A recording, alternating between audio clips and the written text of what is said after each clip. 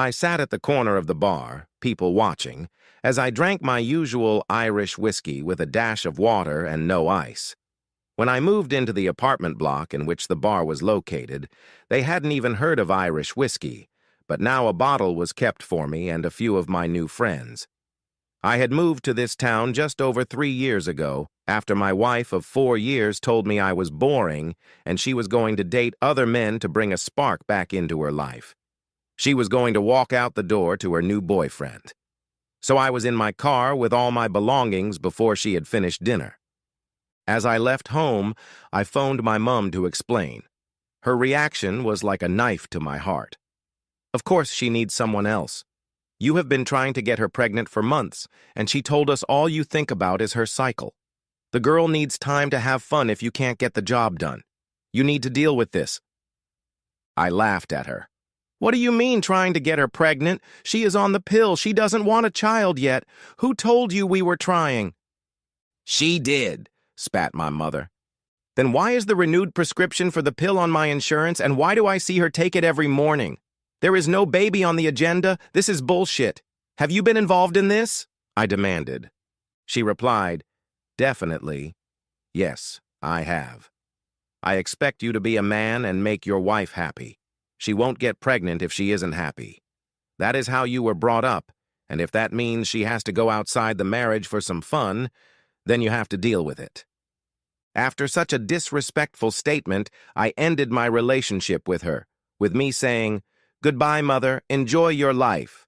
I will never accept this, and your role in destroying my marriage should be on your conscience for the rest of your life." I hung up the phone and realized my life in this city was over. This had obviously been in the planning for a while, and I was not going to be the wimp they expected me to be. I issued divorce proceedings, but she fought it. Instead of going to counseling, I dropped the petition, but have kept away from her ever since. My attorney contacted me every few months to say he had received a letter from her to pass on to me, and I always told him to return it to her with a note that I have no interest in reconciling with her. My wife, Louise, and I, Matt Golding, met in our final year of college. We did the usual romance and married 3 years later at the age of 25. When we left college, we both started jobs in our home city, working to qualify as CPAs, but at different firms. By the time we were married, we were both qualified. After 4 years of married life, I was looking to start a family. But she didn't, and that is how we ended up with her wanting to date other men, because all I did was sit on my ass dreaming of babies. Apparently. That night, I handed in my notice and over the next week drove over 500 miles to a new town in the deep south. The weather was warm, the beer was cold, and the idea of babies passed me by, as there was no mother or mother-in-law badgering me to produce grandchildren. No one knew where I was. A divorce was unnecessary, as I was never going to marry again, but my bed was rarely empty, as I was a handsome stranger in a town where everyone knew everything about everyone.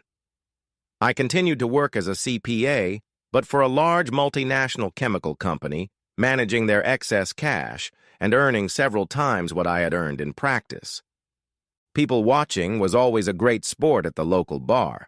With very few strangers, when someone new walked in the door, the sound level dropped noticeably.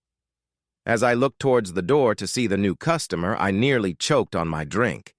She had changed, a little heavier, her hair shorter, glasses instead of contacts, and a slight limp, but it was definitely Louise, and she was definitely still attractive. I moved slightly in my seat, so that I was only in profile. I had changed a lot since she had last seen me. My hair was a lot longer and also a goatee beard. I also had taken my glasses off. She would recognize me if she looked directly at me, but would be unlikely to pick me out on the side profile. My own reaction shocked me. I had spent 3 years trying to hate her, but then when I saw her, I realized 2 things. She was still beautiful and attractive to me, but I felt no emotional attachment to her. I searched my feelings, and yes, I once loved her, but it had become just indifference. I really did not want to see her, but if we had to go through this, well, Let it happen. I knew I was over her, and life had moved on. I finished my drink and slipped out of my seat and moved to the back side of the bar.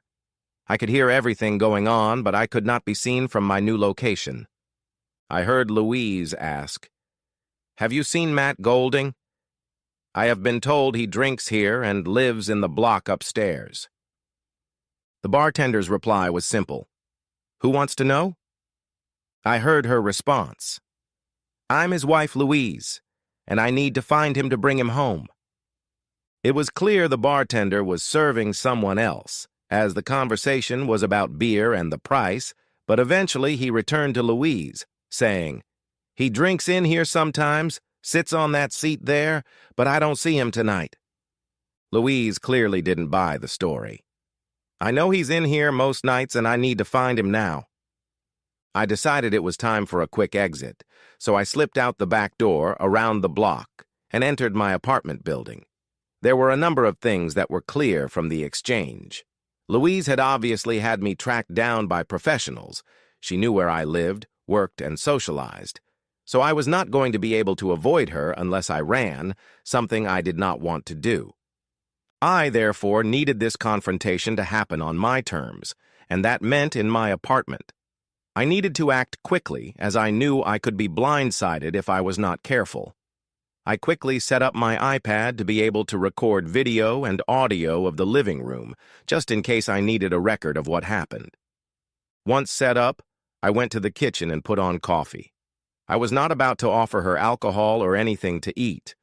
I was going to have to deal with this, but I was not going to stretch it out. Sure enough, the doorbell rang, and when I looked through the peephole, Louise was standing at the door.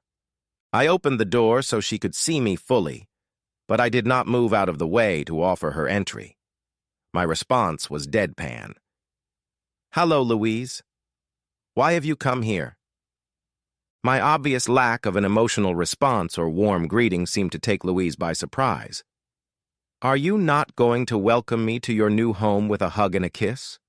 Can I at least come in?" "If you must," was all I could muster. I turned my back and headed to the living room. Over my shoulder, I said, "Please close the door." It was clear Louise was expecting a much warmer welcome than I had given her, and she entered the living room to find me in a single seat, as far from the two-seater as it could be. She sat on the edge of the two-seater and stared at the floor for a moment before she looked up. "How have you been?" It was surprisingly easy to keep my voice emotionless as I replied, "Fine." "Why are you here?" My disinterest was clearly annoying her, but she let it slide and asked, "Can I have a drink?" I responded, "I have just put on coffee." I knew she was not a big coffee drinker. She asked, "Have you nothing stronger?" I sighed. "No, I don't keep alcohol in the house." Realizing I was not going to make this easy, she said, "Okay, I will have a coffee." I got up, went into the kitchen, and brought back 2 cups of coffee. I did not bring anything to eat, not wanting this to last any longer than necessary. Once I sat down, she started straight into her obviously prepared speech. "Matt, why did you just up and leave when I tried to organize counseling so you could get over your anger? You just pulled the divorce and gaslighted me?" I took a sip of my coffee and savored the dark Italian roast. It was impossible to get in the town, so I brought a bag back from my last trip to Atlanta a few weeks ago. This was the last of it, and I was not going to let Louise ruin the moment. I opened my eyes and replied, "Gee, let me think." My wife goes out on a date with another man, with the obvious intention of cuckolding me. Why do you think I walked away? I told you what I would do if you cheated on me many times, and I told you that night I would not be there when you got home. What surprises me is you were surprised by my action. So our marriage is over, and it is staying over. I would prefer a divorce, but I am not going through the hassle of a contested one, so you can vent your spleen to a counselor. By the way, how did you find me?" Louise was staring into her coffee. "I did not go on a date. I went out with Jim from work for a drink. How did you come up with the idea that it was a date?" I rolled my eyes at her. You described it as a date. I was boring and you needed a spark back before I forced you into motherhood. Remember the little talk? Because I do. Now, how did you find me? And why? She lifted her eyes to me, and I could almost see her pleading. I went out for a drink. I had no intention of having sex with him. You jumped to conclusions. As for finding you, your mum, my mum and I hired a private investigator to track you down. They traced you to this town about a month ago when you renewed your driving license. They found you a few days ago giving me this address, your local bar, and your work details. Okay, that's the how. Now, why? I asked, with a hostility in my voice even I didn't expect. I do not want a reconciliation. I certainly don't want a child with a woman who tells everyone she wants a baby, then accuses me of forcing one on her as she continues to take the pill. In reality, your mother and my mother had been virtually bombarding me for a year to give them a grandchild, making my life hell, yet you told them lies while blaming me for it. Our marriage was dysfunctional, and I needed to move out to see that. I could see tears in her eyes. I need you back. You have no idea what happened because you walked away and refused to talk. So much has happened, and our family needs you. The words, our family, sent a shiver down my spine. I didn't like where those words could go, but the die was cast. I was not going to take her BS. She fished her phone out of her pocket and called someone. When they answered, she said, "Come up now," and hung up. I didn't speak, but Louise looked at me, biting her bottom lip in a way that showed she was obviously nervous. The doorbell rang and I didn't move. She just kept looking at me. So I said, "This is clearly your game, so you let them in." Louise stood and added before going to the door, "This is no game. This is what your life should be." She walked to the door and I could hear whispers, but not the words. The voices were obviously my mother and hers.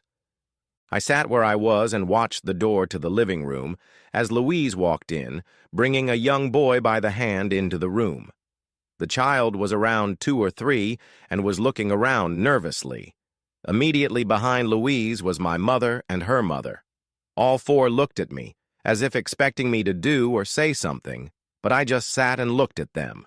Then I took a long drink of coffee, draining the cup before putting it on the floor beside the chair. My mother said, "Well, aren't you going to say something?" I smiled, knowing there was no warmth in it. "Hello, Mother. I told you I didn't want anything to do with her ever again, but here you all are, clearly with a plan to get me to do what you want." My mother's face was a picture, as she gave me a look that would turn anyone to stone. Then she spat, "You need to grow up and take responsibility. You have a family that needs a father and a wife that needs support." Well, Mother, if you remember, I tried that, but my loving wife decided that that was not for her. You all chose her over me. I am happy in my life here. So please, you have made your bed. Go back to your own home and lie in it, was my caustic response. My mother was unhappy with that and almost shouted, "This is your child, Matt. Do you feel nothing?" For some reason, I was not surprised by the comment, but it felt like I was being blackmailed. I said, "It would be better if the child was taken away." I don't think he should hear my response to that. Louise looked at me, adding, "He is staying here. He needs a father, and you have that job whether you like it or not." I just sighed. All right. But this isn't going to be pretty. Can I have a copy of the DNA test that proves he's mine? Louise's hand went straight to her mouth as she cried, "Oh, God!" "You think I cheated on you?" I smirked. "If the shoe fits." Her mom quickly grabbed the child's hand. "I don't think he should be here. You two need to talk this out without him in the room." Then, she virtually ran out the door with the child. My own mother looked at me with a death stare. "I really hoped you would step up for that boy, but clearly you haven't turned into the person I raised you to be." As the 3 of them left my apartment, Louise stood with her back to me. The sounds of her sobs could be heard over the noise of the door being slammed. Without turning around, she asked, "Do you really think I cheated on you?" I sighed. "You left our house with the intention of cheating on me regardless of what you say now. You were still on the pill because you didn't want to become a mother, even though both our mothers blamed me for the lack of grandchildren, and now you present a child to me and expect me to accept it, and you as if the last 3 years were just a figment of someone's imagination. Sorry, but it's not happening." Her shoulders were now going up and down when she asked, "Do you hate me?" I got up and she clearly thought I was coming over to her, so she turned around. But instead, I went into the kitchen and poured a fresh cup of coffee. When I returned, she had removed her glasses and was wiping tears from her eyes. I had used the time to compose my response, as I knew this was make or break time. "No, Louise, I don't hate you. I am indifferent to you. I feel no love nor any hate. I can see you are attractive, but the thought of being with you does nothing for me. The child... What's his name?" "John," she interjected. "John could be anyone's. He doesn't even touch my heart. I'm sorry, Louise. If he is mine, I will help pay for him, but to be honest, I don't want either of you in my life." Louise bolted for the door.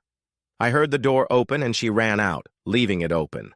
I walked to the door and closed it, returned to the living room, then took my half-full cup of coffee to the sink to pour it out. She had successfully ruined the last cup of my Italian roast. About a week later, my attorney contacted me. "Your wife and her attorney have made contact.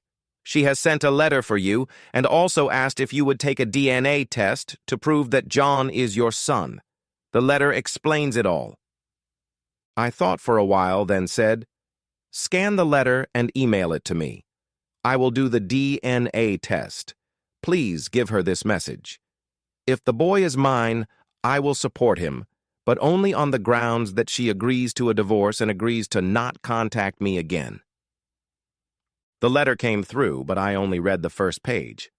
It set out how she had been on antibiotics the week prior to our split, and that appeared to have blocked her birth control pills. The rest was a justification of why she felt the way she did, and assurance that she did not have sex with anyone else. I didn't care.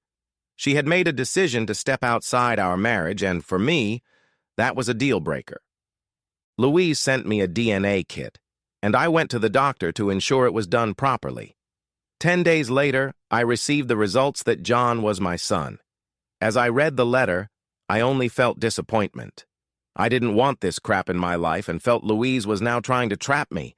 I contacted my attorney and asked him to file for divorce, offering her $2,000 a month child support for an uncontested divorce. My mother called me a week later. "Have you no feelings for the boy?" My response was harsh, but I felt fair under the circumstances. "No, Mother, I don't. My then-wife tells me she isn't interested in having children with me, starts dating other men, then blindsides me with a child. I just want to get away from that life. I will not leave the child destitute, but his mother killed all my feelings for her, and I just want to move on with my life, which doesn't have them in it." My mother was crying and just hung up the phone. A week later, my attorney called to say Louise had accepted the offer on the condition I turn up to sign the papers in person on the same day as she signs. The meeting was set up, and I traveled to my old hometown the day before the meeting, staying in a city center hotel. Nothing had changed, and the more I looked around, the more I realized this was a metaphor for what Louise wanted for me. I just wanted out of the hotel, out of the city, and out of my marriage. The meeting the next morning was as emotionally charged as I suspected it would be. Louise was putting on the hard press to see if she could stop the divorce. That first time I had seen her in the bar, she was a little heavier than when we had been together. Clearly, she had put in a lot of work to lose the last of the baby weight she had put on. She wore a sundress I had never seen before that was designed to show off her figure. Her makeup and hair were perfect, and she tried to smile at me with so much warmth to try to melt my heart. John was dressed to perfection, and her mother was present to keep him occupied. My mother was not present, but I knew she was outside the room. This really was the hard press I had feared. Louise's attorney opened the meeting. "Thank you for coming here today, Mr. Golding. We know you had a long distance to travel. Your wife, Mrs. Golding, is willing to sign these papers, but only under duress. Please look at your son and look at your wife, Mr. Golding. They love you and need you. They want you in their life. Please open your heart to them and scrap this divorce so you can come home and be a family." I just looked at the attorney, picked up the papers, and signed on the dotted line. "Louise, you had everything you wanted 3 years ago, but you threw it away because I was boring. I even made the air quotes as I said the word. Well, I have moved on.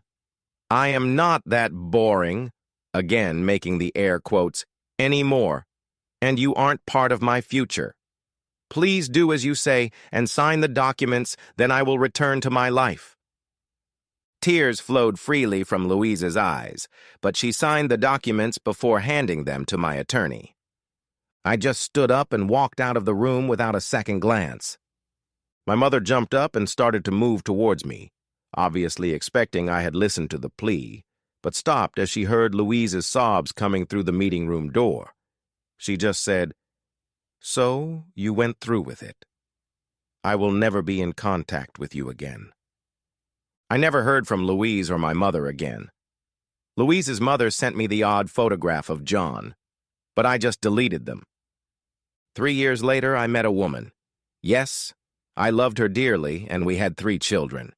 The only time I ever thought of John was the day the $2,000 stopped being drawn out of my account, which was his 18th birthday. I have never regretted anything because they threw me away, then demanded I come back for their own personal reasons, and not my happiness. When I look at my wife and our 3 children, I know I made the right choice to exclude Louise and John from my life.